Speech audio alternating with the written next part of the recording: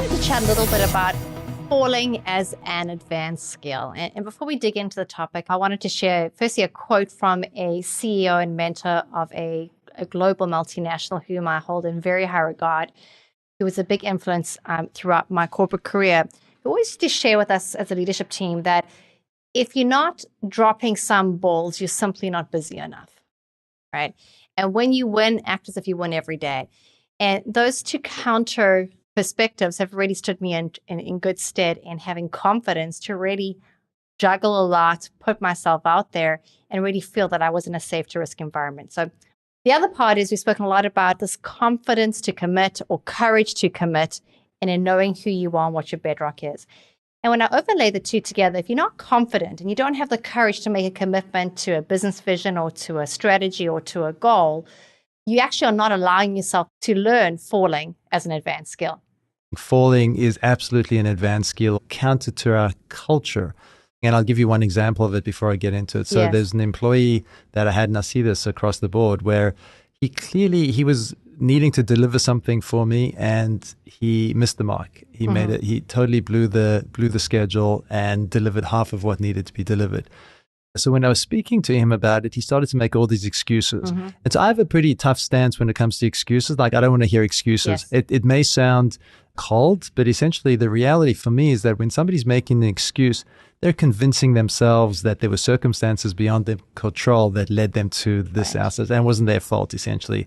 That's the old, the dog ate your homework type things. But where I had issue was he was becoming so defensive that he wasn't almost acknowledging that there was an issue. And so that just made me more uncomfortable as a leader. I was like, look, it's okay to make a mistake. I just want to hear that you made the mistake.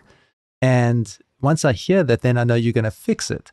But as soon as you're being defensive and you're making all these excuses, I don't know that you know that there's a problem here. And so if you don't know there's a problem, then you're not going to be able to fix the problem. So that's sort of an example of it. So then if I dissect that into two principles, which I think are fundamental human behaviors. And so fundamentally, us humans across the board, we need two things. We need one to feel important and significant. And we also feel the need to be accepted. We all need to own our circumstances, and we've had a lot of healthy discussion about that. And that whole idea of own your circumstances is pivotal. And I'm hearing from you as a CEO, as a leader, if I were to come to you and own it, you're going to be much more open then to helping me then manage through that.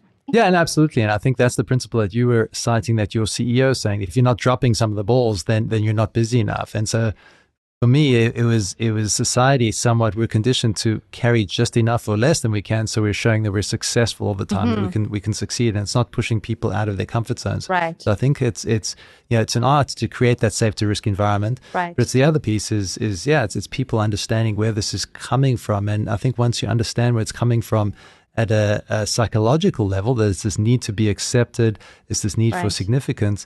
And where I think people get into a trap is when they associate dropping a ball with failing, and that failing is going to lead to not being accepted or I'm not good enough. I think that's where it brushes up. For me, at least, it was really helpful understanding that, this is the underlying core human drive I have to be accepted, to feel significant. And that, just by falling, that doesn't mean I'm not good enough. It actually means the reverse. I think you've reframed it well, and probably why it was so significant for you is that your CEO reframed it for you, saying if you're not dropping those balls, then you're not doing a good job. So it's actually, it's genius because it really reversed it for you. That's right. Whereas most people don't have that perspective. Well, there's two buckets of topics that I'm hearing. And the one is, as an independent producer, performer, entrepreneur, business owner, or operator, I need to feel it's safe to risk for me to fall. Right. And that the more I fall, the more successful I can be. So think, simple example, sales producer. Unfortunately, they're not 100% close rates. Right. Just not that simple. Right. You've got to shoot the puck to get it in, right? And so we're going to run multiple deals. We're going to learn deal control, and we'll get various components of those to the finish line. So safe to risk, have that mentality that it's okay. But there's another bucket, which is as a leader, as a CEO, or as anyone who's responsible for a group of performers, teams, it's very important to really self-check, are you fostering the safe to risk environment where it's okay for your folks to make a mistake? And in fact, there's significant research out there of highly innovative technology firms who have a hardcore culture of failing. Yes. It's a requirement. If the teams are not showing failed business ideas, they actually aren't up to scratch to be part of the team. Yes. So I think as leaders, we have to check, are we creating the safety risk environment and setting the parameters as to how to communicate when things have failed, which is your example. Yes. I have another example that I wanted to share because I think it's another CEO who really embodied an incredible way of helping someone who's maybe feeling horrendous, having fallen in a scenario, move through not getting stuck with beating themselves up and getting back into high performance. The scenario went something like this. It was me and it was you. Oh, wow. You might even not know the story. It was just before a very important family holiday. A lot of people were coming over for dinner. I had kids in my own house running around and screaming, and there was a last-minute conference call that I had to be on as an observer. So I was on mute, multitasking, of course, putting documents together for a last-minute proposal. And in juggling too many balls, now I'm sure you remember the scenario. And as I clicked send on this proposal, I literally nearly had a heart attack because there was a flash of light that showed the full name. And I was sending it to someone who was a competitor. And a pretty significant leader at the competitor's company. I remember, You remember, my heart was beating through my throat. The whole room went white. My legs were paralyzed. I wanted to throw up. It was just devastating. The room was spinning.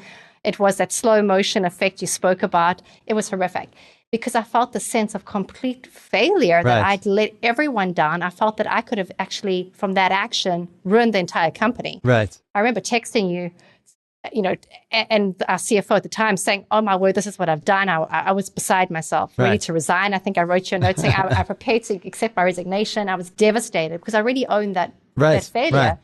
And you sent something back to me. It was very simple. And I've quoted it to many people. You said to me, Lara, you don't run the world.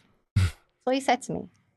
And I have to tell you, those words were literally like someone had come and lifted everything off my shoulders. And it was a difference between having an incredible holiday occasion with my family or not.